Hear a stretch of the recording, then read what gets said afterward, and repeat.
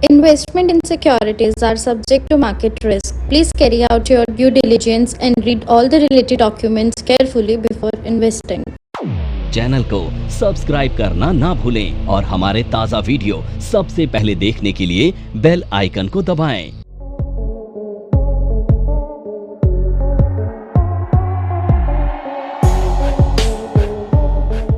Data analysis क्या होता है, क्यों ज़रूरी होता है और ये इसका इम्पैक्ट क्या होता है, ये समझेंगे।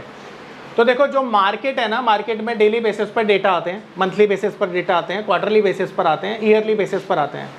ये डेटा ना बेसिकली रिफ्लेक्शन है किसका? ग्रोथ का। हमारे देश में कितना प्रोग्रेस हो रहा है कैसे पता चलेगा? डेटा से। ठीक है, तो डेटा को स्टडी करके हम मार्केट की हेल्थ का, इकोनॉमी की हेल्थ का पता करते हैं। आप लोगों को कभी भी जब छोटी मोटी समस्या होती है तो डॉक्टर क्या बोलता है? ब्लड टेस्ट कराना पड़ेगा। ब्लड टेस्ट करा के जो रिपोर्ट आती है उसमें पता चलता है कि किन चीज़ों की डेफिशिएंसी है और किन की एफिशिएंसी है, और डेफिशिएंसी को ठीक किया जाता है और फिर आप स्वस्थ हो जाते हैं। ऐसे ही होता है। तो मार्केट का डेटा क्या है? मार्केट की इंफॉर्मेशन देने वाला कि मार्केट में क्या समस्याएं हैं। जब भी मार्केट में समस्याएं होंगी तो उसका रिफ्लेक्शन कहाँ नजर आएगा? स्टॉक मार्केट पे, कमोडिटी मार्केट पे, करेंसी मार्केट पे। और जब भी सभी चीज़ ठीक चलती आएंगी तो उसका रिफ्लेक्शन कहाँ आएगा? इन सभी मार्केट पे। ठीक है, तो डेटा हमें बताता है कि मार्केट कितनी हेल्दी है या कितनी अनहेल्दी है। अनहेल्दी मार्केट का रिएक्शन डाउन साइड से आता है, हेल्दी का रिएक्शन अप साइड से आता है। सिंपल है। तो डेटा क्या होता है और क्यों एनालाइज किया जाता है, ये समझाने का मेरा उद्देश्य था। ठीक है, अब यहाँ पर बहुत सारी इकोनॉमीज के डेटा आते हैं, पर हमें देखने हैं इंडियन डेटा और अमेरिकन डेटा और समहाउ एक दो चाइनीज़ डेटा, और हमें समझ में आ जाएगा कि दुनिया में किस तरह की डेटा आ रहे हैं जिससे हम अपना डिसीजन ले पाएँ कि हमें क्या खरीदना है, क्या नहीं खरीदना है। पर जो डेटा है ना, इसका इम्पैक्ट हम तीन तरह की मार्केट पर देखेंगे। सबसे पहला इक्विटी मार्केट पे, दूसरा कमोडिटी मार्केट पे, और तीसरा करेंसी मार्केट पे। तो जो डेटा होता है ना, उसका इन तीन तरह की मार्केट पे इम्पैक्ट आता है। ठीक है, अब हम इंपॉर्टेंट डेटा की बात करेंगे। तो यहाँ पर मैं आपको एक जानकारी दे दूँ, जब डेटा आता है तो सबसे पहला इम्पैक्ट उसका पड़ता है इक्विटी मार्केट पर। तो जो डेटा ना इक्विटी के लिए अच्छा होता है, करेंसी के लिए भी वो अच्छा होता है। पर कमोडिटीज़ में ना कई बार गोल्ड और सिल्वर को हम मानते हैं सेफ हेवन एसेट क्लास। तो जब भी इकोनॉमी में डेटा अच्छे नहीं आते हैं तो गोल्ड सिल्वर की डिमांड बढ़ जाती है, जैसे बुलियंस भी कहा जाता है। तो जब भी डेटा बहुत ज़्यादा अच्छे आते हैं उसका नेगेटिव रिएक्शन आता है गोल्ड सिल्वर पर करेंसी और इक्विटी पर इसका पॉजिटिव इम्पैक्ट आता है। एग्जाम्पल के तौर पर मान के चलो, कहीं पर वॉर हो गया, तो वॉर किसी के लिए अच्छा तो है नहीं, तो वॉर के केस में इक्विटी भी गिरेगी, करेंसी भी गिरेगा, पर चलेगा क्या?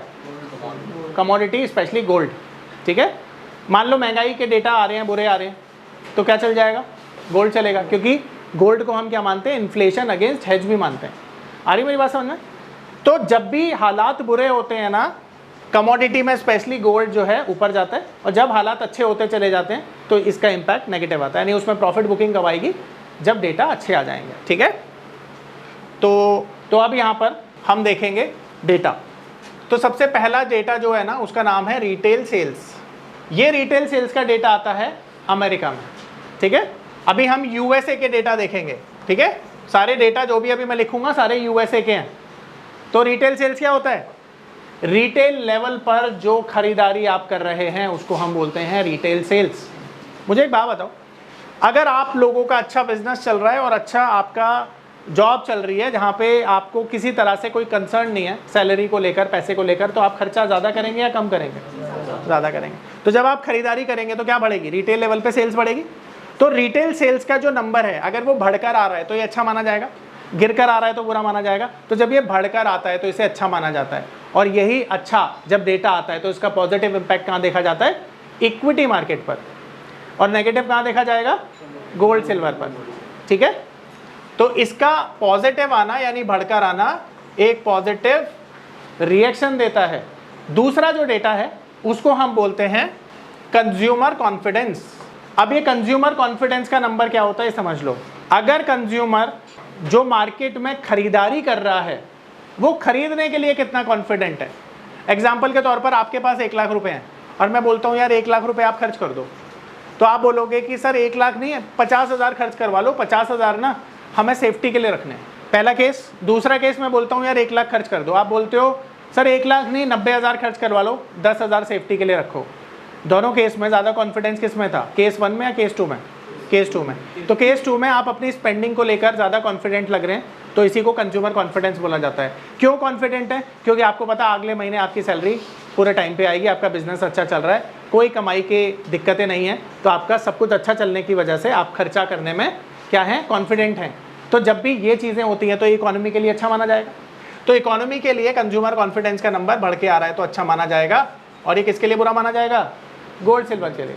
अगर ये अच्छा आ रहा है तो गोल्ड सिल्वर नीचे जाएंगे। तो ये डेटा आपको देखने होते हैं शाम को, ठीक है। गोल्ड और सिल्वर के इम्पैक्ट आते हैं, इन्हीं से आते हैं। तीसरा मोस्ट इंपॉर्टेंट डेटा है जिसे हम कहते हैं consumer price index, CPI। Inflation का पता चलता है इससे। आपने देखा पिछले 2 सालों से ना दुनिया के रिजर्व बैंक्स ने इंटरेस्ट रेट को हाइक किया। वजह थी जो वॉर की वजह से आपने देखा कि ग्लोबली क्रूड ऑयल के, नेचुरल गैस के प्राइसेस बढ़े, जिससे दुनिया में महंगाई बढ़ी, खाने पीने की चीज़ें महंगी हो गई, क्योंकि वॉर से आपने देखा कि गेहूं के, वीट के प्राइसेस इंक्रीज हो गए। तो महंगाई बढ़ी, और महंगाई बढ़ने के लिए जो वजह थी वो बहुत सारी थी, पर इसे कंट्रोल करने के लिए दुनिया के रिजर्व बैंक ने क्या किया, इंटरेस्ट रेट को बढ़ा दिया, जिसकी वजह से दुनिया के मार्केट नीचे आ गए। अब यहाँ पर सवाल ये उठता है कि मैंने आपको कई बार बताया है कि रेट ऑफ इंटरेस्ट का बढ़ना बुरा माना जाता है मार्केट के लिए, और मार्केट उससे करेक्ट भी करती है।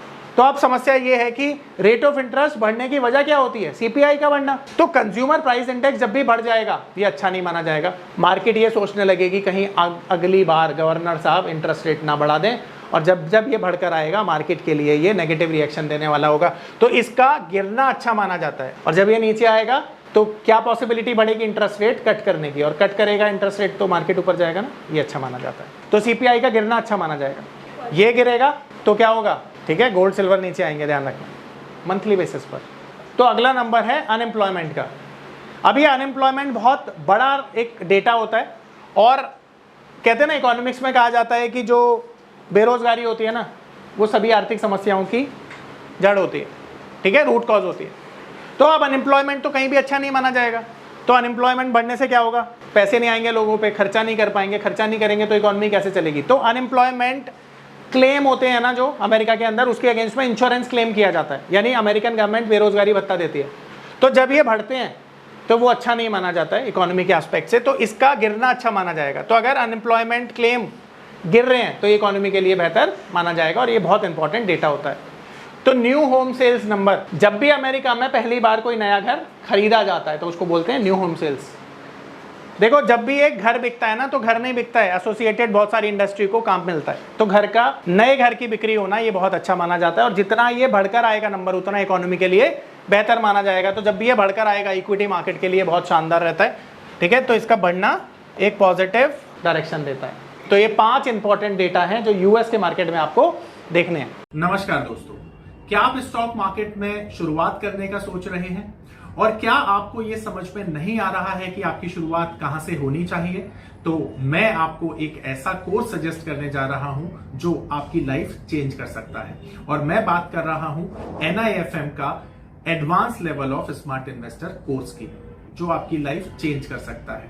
जी हां, आपने सही सुना, NIFM आपके लिए लेके आया है एक ऐसा शानदार कोर्स जो आपको बताएगा कि किस तरह से आप स्टॉक मार्केट में सक्सेसफुली पैसा कमा सकते हैं। और ये कोर्स है advance level of smart investor. Advance level of smart investor course आपको हर छोटी से छोटी और बड़ी से बड़ी मार्केट की बारीकियों के बारे में जानकारी देता है, और ये सभी जानकारियां आपको इस मार्केट में पैसा कमाने में बहुत ज्यादा मददगार साबित होती हैं। तो इस कोर्स को करने के बाद आप मार्केट में सक्सेसफुल ट्रेडर और सक्सेसफुल इन्वेस्टर बन सकते हैं। अब चाइना का डेटा जो इंपॉर्टेंट है, ठीक है। अब चाइना का एक इंपॉर्टेंट डेटा है जो आपको देखना है, और ये डेटा है चाइना का PMI number, purchase manager index कहते हैं इसको, ठीक है।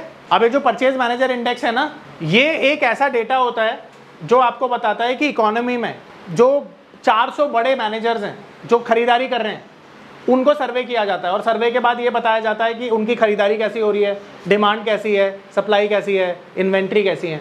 ये सारी चीज़ों को बेसिस पर क्या किया जाता है, ये डेटा रिलीज किया जाता है। अब ये डेटा ना इंपॉर्टेंट है बेस मेटल के लिए, ध्यान रखना।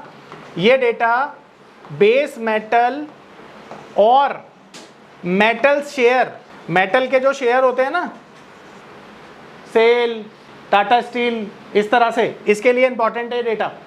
अब यहाँ पर पासिंग परसेंटेज कितनी चाहिए होती है एक इंसान को पास होने के लिए? 33%। और यहाँ पर भी एक परसेंटेज है जिससे पता चलेगा ये डेटा कैसा है, ठीक है। देखो इस डेटा को हम देखते हैं लेस देन 50 और ग्रेटर देन 50। तो अगर लेस देन 50 आ रहा है तो ये इकोनॉमी में कॉन्ट्रैक्शन को बताता है, यानी कहीं ना कहीं दिक्कतें हैं। और अगर ग्रेटर देन 50 आता है तो बेहतर माना जाता है। अब बेहतर कितना माना जाएगा? 50 से ऊपर होना चाहिए और पिछली बार से ज़्यादा होना चाहिए। पिछली बार था 52, इस बार है 52.50, तो बढ़कर आया है तो अच्छा माना जाएगा। तो इंक्रीज जब ये होता है डेटा तो ये पॉजिटिव इम्पैक्ट डालता है किस पर? इकोनॉमी पर तो डालता ही है, बेस मेटल के शेयर्स पर भी और प्राइस और बेस मेटल कमोडिटीज़ पर भी इसका पॉजिटिव इम्पैक्ट आता है, ठीक है। और ये केवल चाइना का आपको देखना होता है, बाकी के जो होते हैं उनके इतने इम्पैक्ट नहीं होते, चाइना के पे सबसे ज़्यादा इम्पैक्ट होते हैं, ठीक है। तो इसका एक यूज़ बताता हूँ तुमको। मान लो तुम कॉपर वॉपर में काम करते हो, कॉपर निकल जिंक एल्यूमिनियम इन सब में काम करते हो, तो जब भी ये डेटा आएगा ना एक बड़ी मूवमेंट के लिए तैयार हो जाना। देखो ये पहले से पता चल जाएगा। तुमको बेस मेटल के शेयर्स खरीदने में इंटरेस्ट है, तो जब जब ये बेस मेटल का ये डेटा आएगा तो बेस मेटल के शेयर्स में एक बड़ी मूवमेंट आएगी, उसके लिए तुम पहले से तैयारी कर सकते हो ये डेटा देखकर, ठीक है। आ रहा समझ में? ठीक है, मिटा दूँ। अब इंडियन मार्केट के डेटा की बात करते हैं। तो इंडिया में जो सबसे इंपॉर्टेंट डेटा है वो है जीडीपी, और जीडीपी तो सबको पता है ना, ग्रॉस डोमेस्टिक प्रोडक्ट, आप सबको पता है क्या होता है। तो देखो जीडीपी का नंबर ना बहुत इंपॉर्टेंट क्यों है वो समझाता हूँ। हमारे देश में जितना हमारे देश में ही क्यों, दुनिया में जितना ज़्यादा जीडीपी किसी कंट्री का बढ़ेगा वो देश उतना ही विकास करेगा, ये प्रूवन है। अब ये समझो कि जीडीपी टेक्निकली कैसे कंट्रीब्यूट करता है। देखो हमारी इकोनॉमी में, हमारे यहाँ पे मैंने आपको बताया है 7,000 से ज़्यादा कंपनीज लिस्टेड है ना, सही है या गलत है? लिस्टेड कंपनी है, ठीक है। अब ये जो व्यापार करती हैं उनसे जीडीपी जनरेट होता है ना। तो अब जो जीडीपी है वो क्या ये 7,000 कंपनी मिलकर जनरेट कर रही हैं? तो जवाब है नहीं भाई। जो अनऑर्गेनाइज कंपनी है, जो रजिस्टर्ड नहीं है, वो भी तो व्यापार कर रही हैं, उनसे भी जीडीपी जनरेट हो रहा है। पर हम ये मानते हैं कि जो लिस्टेड कंपनियां है ना वो हमारी इकोनॉमी में 70%, ये अप्रॉक्स फिगर है, 70% का जीडीपी कहाँ से आ रहा है? लिस्टेड कंपनी से, ठीक है। और जीडीपी बढ़ के आ रहा है। तो क्या इसका मतलब ये नहीं है कि जब जीडीपी बढ़ेगा तो इन 70 कंपनीज की इनकम बढ़ गई, ग्रोथ बढ़ गई? तो जब भी जीडीपी बढ़ता है, क्यों स्टॉक मार्केट के लिए पॉजिटिव होता है? इसलिए क्योंकि स्टॉक मार्केट में जीडीपी कंट्रीब्यूशन इन कंपनीज का 70% है। ये अप्रॉक्स फिगर है, 2-4% ऊपर नीचे हो सकता है। तो अब ये अगर इतना बड़ा कंट्रीब्यूशन इन्हीं कंपनी से आ रहा है तो ये नंबर अच्छा आने के बाद क्या होगा? स्टॉक मार्केट के लिए अच्छा है। तो इसीलिए जीडीपी जब भी बढ़कर आएगा, ये क्वार्टरली आता है, ध्यान रखना, 3 महीने में आता है, जब भी ये अच्छा आता है तो ये स्टॉक मार्केट के लिए बहुत ज़्यादा पॉजिटिव माना जाता है। दूसरा जो हमारे यहाँ नंबर आता है उसे हम कहते हैं IIP नंबर, यानी index of industrial production. Industry में जो मैन्युफैक्चरिंग होती है, बिजली का प्रोडक्शन होता है, खनिज चीज़ों का जो माइंस का प्रोडक्शन होता है, उनको मिलाकर ये डेटा तैयार किया जाता है। अब ये बता रहा है कि जो हमारे यहाँ मैन्युफैक्चरिंग चीज़ें वो कितनी ज़्यादा इंप्रूव हो रही हैं, ठीक है, उनकी डिमांड कैसी है, उनकी सप्लाई कैसी है। तो IIP का बढ़ना भी हमारे लिए बहुत ज़्यादा पॉजिटिव माना जाता है। तो IIP इंडियन मार्केट के डेटा को हम देखेंगे, ठीक है, ये मंथली बेसिस पर आता है। इसके बाद हमारा जो डेटा आता है वो आता है इन्फ्लेशन का, जिसे आप CPI बोल सकते हैं। तो सेम, अगर ये बढ़ के आएगा तो अच्छा नहीं है, गिर के आएगा तो अच्छा है, पर ध्यान रखना इसे देखने के लिए ना आपको RBI का बेंचमार्क देखना पड़ेगा। RBI का जो भी बेंचमार्क होता है, लेट से वो 6.5% है मान लेते हैं, तो जब भी 6.5% के ऊपर महंगाई जाएगी तब आपको वरी होने की ज़रूरत है, परेशान होने की ज़रूरत है। जब तक इसके नीचे रहेगी कोई परेशानी की ज़रूरत नहीं, क्योंकि RBI का बेंचमार्क है। हमेशा ध्यान रखना, इन्फ्लेशन कितनी बढ़े तो बुरी मानी जाती है RBI के बेंचमार्क के बियॉन्ड, ठीक है। और ये गिर के अगर RBI ने बोला 5% का हमारा बेंचमार्क है, तो जब भी 5% के ऊपर जाएगी RBI इंटरेस्ट रेट बढ़ाएगा, ध्यान रखना। तो RBI कब इंटरेस्ट रेट बढ़ाता है, कब आपको परेशान होने की ज़रूरत है, वो RBI के बेंचमार्क से पता चलता है। ये मैंने यहाँ पर बता दिया आपको, बहुत इंपॉर्टेंट चीज़ है, ठीक है। आ रहा है समझ में? अब अगला जो इंपॉर्टेंट नंबर है वो है ट्रेड डेफिसिट। देखो हम इंपोर्ट एक्सपोर्ट करते हैं, और इंपोर्ट एक्सपोर्ट में क्या होता है कि हमारा जब एक्सपोर्ट बढ़ जाता है और इंपोर्ट कम हो जाता है तो हमारी करेंसी स्ट्रांग हो जाती है। तो ट्रेड डेफिसिट का मतलब है कितना हमने इंपोर्ट किया, उसके अगेंस्ट में कितना एक्सपोर्ट किया। अगर हमने 100 रुपये का मान लो इंपोर्ट किया और एक्सपोर्ट कर दिया 50 रुपये का, तो डेफिसिट 50 रुपये। तो डेफिसिट कभी भी अच्छा नहीं माना जाता, क्योंकि ज़्यादा डॉलर पेमेंट करनी पड़ेगी आपको। ज़्यादा डॉलर पेमेंट करने से क्या होगा, क्या होगा?